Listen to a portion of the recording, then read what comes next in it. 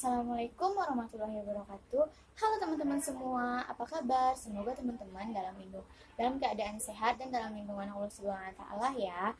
Baiklah, perkenalkan nama saya Diah Islamiarti, NIM 18022162, dari jurusan Pendidikan Guru Pendidikan Anak Usia Dini, Fakultas Ilmu Pendidikan Universitas Negeri Padang. Baiklah, pada video kali ini saya akan menjelaskan tentang pengertian macam-macam observasi di PAUD dengan dosen pengampu Ibu Dr. Neni Mahyudin, MPD. Nah, pasti teman-teman bertanya, apa sih itu pengertian tentang macam-macam observasi di PAUD? Nah, sebelum itu, jangan lupa untuk teman-teman like, comment, and subscribe dulu ya. Terus jangan lupa juga nyalain tombol loncengnya agar teman-teman bisa dapat notifikasi dari video berikutnya.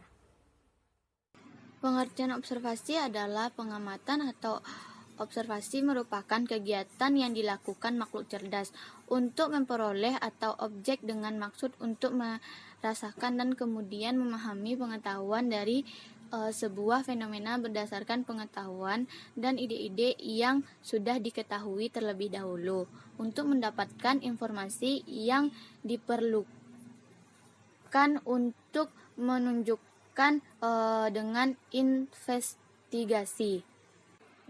Cara yang paling efektif observasi lengkap dengan pedoman observasi atau pengamatan seperti observasi atau format kosong. Format kosong yang disusun berisi item tentang kejadian atau perilaku dijelaskan akan terjadi. Setelah itu peneliti sebagai pengamat hanya bisa memberikan tanda centang dalam format yang diinginkan. Pengertian observasi menurut para ahli. Menurut Suharsemi Arikunto, observasi adalah pengamatan langsung dari lingkungan fisik atau pengamatan langsung suatu kegiatan yang sedang berlangsung, yang mencakup semua kegiatan perhatian ke objek dengan menggunakan alat penilaian sensorik atau suatu pekerjaan yang dilakukan dengan sengaja dan sadar untuk mengumpulkan data dan melaksanakan prosedur yang sistematik dan tepat. Sedangkan menurut Nawawi dan Martini adalah observasi ialah kegiatan mengamati sekaligus mencatat unsur-unsur yang muncul dalam objek penelitian. Pencatatan dilakukan secara urut dan disusun secara sistematis berdasarkan kaedah yang berlaku. Kelebihan dan kekurangan observasi. Kelebihan observasi adalah dapat merekam hal-hal perilaku pertumbuhan dan sehingga pada saat kejadian berlangsung atau saat perilaku terjadi dapat memperoleh data dari subjek. Yang keduanya dapat berkomunikasi secara verbal atau tidak. Kekurangan observasi adalah dibutuhkan waktu yang lama untuk mendapatkan hasil dari suatu peristiwa, seperti upacara pemakaman Toraja dalam kasus kematian. Para peneliti akan harus menunggu waktu upacara adat. Pengamatan fenomena yang berlangsung lama tidak bisa dilakukan secara langsung. Ciri-ciri observasi terbagi atas 5, yaitu yang pertama, observasi mempunyai arah dan tujuan yang khusus, bukan hanya untuk mendapatkan kesan-kesan umum tentang fenomena. 2. Observasi ilmiah tidak dilakukan secara untung-untungan dan sesuka hati dalam rangka mendekati situasi objek, akan tetapi semua pelaksananya dilakukan secara sistematis dan terencana. Yang ketiga, observasi sifatnya kuantitatif, yaitu mencatat sejumlah peristiwa tentang tipe-tipe tingkah laku sosial tertentu. Yang keempat, observasi melakukan pencatatan dengan segera, secepat-cepatnya, tidak menggantungkan diri pada suatu ikatan. Yang kelima, menuntut adanya keahlian agar data yang diperoleh bisa valid. Macam-macam observasi dibagi menjadi 3, yaitu yang pertama, observasi partisipan. Observasi di mana diikuti di dalam kegiatan opsi. Yang kedua, observasi non-partisipan. Observasi di mana observer tidak ikut aktif di dalam bagian kegiatan observer atau hanya mengamati dari jauh. Yang ketiga, observasi kuasi partisipasi. Observasi di mana observer seolah-olah turut berpartisipasi dengan sebenarnya hanya berpura-pura saja dalam kegiatan observ. Tujuan observasi adalah untuk mengetahui kesesuaian pelaksanaan tindakan dengan rencana tindakan yang telah disusun sebelumnya. Untuk mengetahui seberapa jauh pelaksanaan tindakan yang sedang berlangsung, sebagai metode pembantu dalam penelitian yang bersifat eksploratif. Bila kita belum mengetahui sama sekali permasalahan, biasanya penelitian pertama dilakukan melalui pengamatan di tempat-tempat gejala terjadi. Sebagian metode pembantu dalam penelitian yang sifatnya sudah lebih mendalam. Dalam hal ini, biasanya observasi dijadikan sebagai metode pembantu untuk menunjang wawancara sebagai metode utama. Observasi akan membantu untuk mengontrol atau memeriksa di lapangan seberapa jauh hasil wawancara tersebut sesuai dengan fakta yang ada.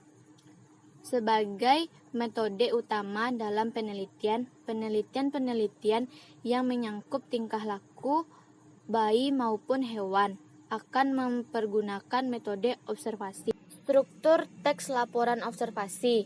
Yang pertama, pernyataan umum. Pernyataan umum berisi informasi umum seperti nama, kelas, waktu observasi, tempat observasi, dan tambahan lain tentang hal yang dilaporkan. Yang kedua, deskripsi bagian berisi perincian dan inti dari hasil observasi yang dilakukan. Dapat berupa klasifikasi yang bersifat teknis dan deskripsi yang lebih spesifik dari objek, misalnya kualitas, bagian, fungsi, kebiasaan, dan kekurangan. Dan yang ketiga, deskripsi manfaat, yaitu berisi fungsi atau manfaat seperti objek yang diamati dalam kehidupan. Manfaat observasi adalah dapat mencatat gejala yang kadang tidak jelas berlangsungnya, dapat menjelaskan proses peristiwa berlangsung, dan dapat menguji kualitas memperkirakan sesuatu terjadinya dalam setting nyatanya. Deskripsi memberikan gambaran dunia nyata. Hasil observasi yang dibuat dapat dikonfirmasikan dengan hasil penelitian. Kronologi peristiwa dapat dicatat dengan runtut, memperluas wawasan dan pengetahuan yang sebelumnya kita buat menjadi gerakan tingkah laku seseorang. Memungkinkan pembaca memiliki penafsiran sendiri terhadap temuan dan bagaimana akan interpretasikan. Mencatat situasi yang tidak dapat mereplikasikan dalam eksperimen. Observasi dapat dikombinasikan dengan metode lain. Peralatan dan teknologi dapat merekam secara permanen. Alat-alat observasi adalah anekdotal recon, merupakan cara untuk melengkapi observasi dalam mengadakan observasi pengamatan, dapat melakukan pencatatan tentang kejadian yang berlaku dengan suatu kasus dan individu. Yang kedua, checklist adalah suatu daftar pengamatan di mana observer tinggal memberikan tanda cek atau tanda-tanda lain terhadap ada tindakan aspek-aspek yang diamati. Yang ketiga, rating cell adalah alat pengumpulan data yang dipergunakan dalam observasi untuk menjelaskan nilai individu atau situasi.